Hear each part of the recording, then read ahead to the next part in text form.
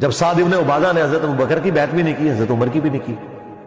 ٹھیک ہے، آج لوگ بڑی بدتمیزی کے ساتھ سعد ابن عبادہ کا ذکر کرتے ہیں، لیکن وہ یہ نہیں دیکھتے کہ اس شخص کا اس پوری امت میں احسان ہے.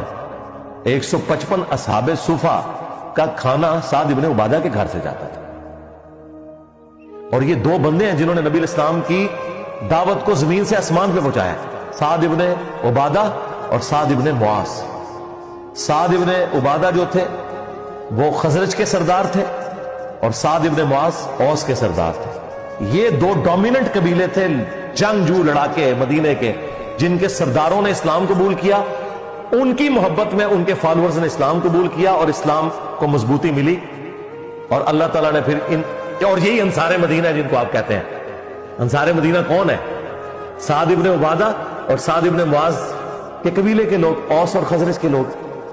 بخاری مسلم میں حدیث ہے کہ